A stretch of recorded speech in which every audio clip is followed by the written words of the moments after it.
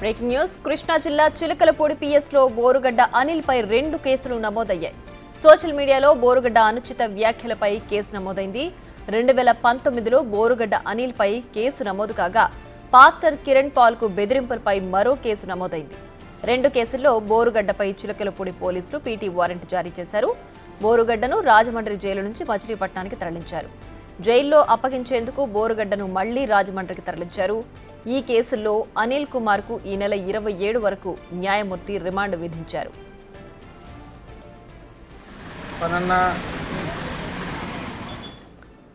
ఇక మరింత సమాచారం మా ప్రతినిధి శివ ఫోన్ లైన్ లో అందించడానికి సిద్ధంగా ఉన్నారు. Shiva, over to you.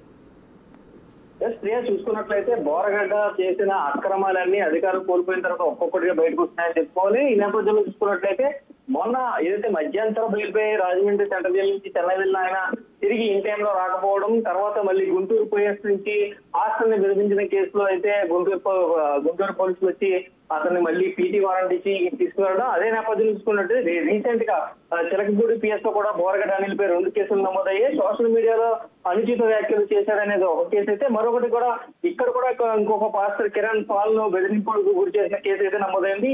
ఈ నేపథ్యంలో ఇంకో 2 కేసులకు సంబంధించి కూడా పీటీ వారెంట్ అయితే ఇచ్చి రాజమండ్రి సెంట్రల్ జైలు నుంచి మచిలీపట్నానికి తరలించారు. అయితే మచిలీపట్నం న్యాయమూర్తి కూడా పూర్తిగా రిమైండ్ విధించారు. మళ్ళీ రిమైండ్ సబ్మిట్ చేయడానికి అయితే ఈ రోజు సాయంత్రం అక్కడ మచిలీపట్నం నుంచి కూడా బోరగడ్డ అనిల్ తీసుకుని బయలుదేరారు. అయితే అర్ధరాత్రి సమయంలో వచ్చే అవకాశం అయితే రాజమండ్రి తీసుకొచ్చే అవకాశం అయితే కనిపిస్తుంది. ప్రియా.